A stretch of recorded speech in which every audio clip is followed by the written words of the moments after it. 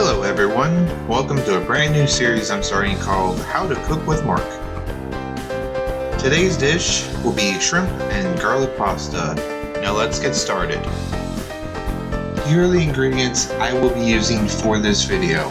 These ingredients include pasta, shrimp, garlic, salt and pepper, garlic butter seasoning, butter, canola oil, but you can also substitute vegetable oil, white wine, and grated Parmesan cheese. First you want to do is get a pot, fill it with water, and get it boiling, as you can see.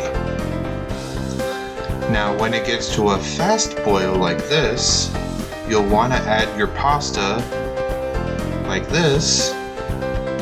Now when I time it out for about 8 minutes while stirring occasionally.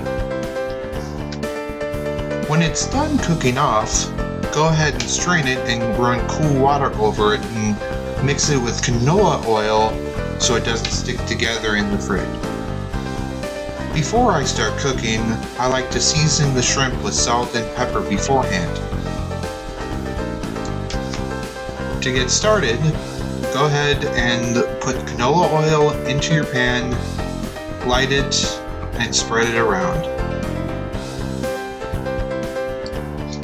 Once the pan heats up, go ahead and add the shrimp and we can get started.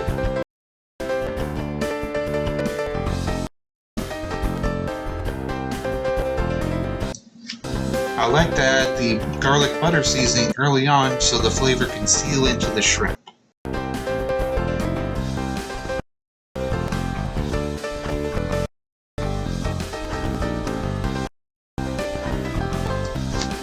I then add the chopped garlic and simmer that for a few seconds, then add the white wine after that. Be careful not to burn the garlic. It can happen very easily.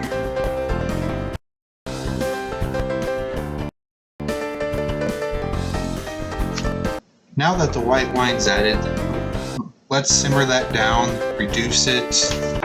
That way, all of the alcohol is burned off in this process. That's why we're reducing it.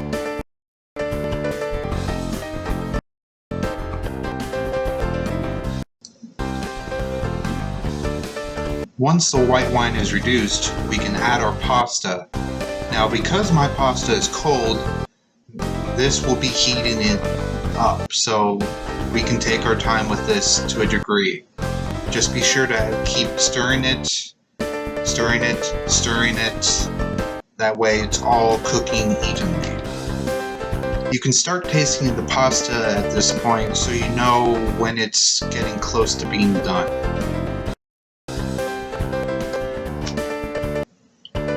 Once you know it's close to being done, now's a good time to add your Parmesan cheese and your butter. That way, the butter and cheese can melt and permeate throughout the entire dish, and it will just taste that much better. Now at this point, keep tasting and add salt and pepper to your personal tastes.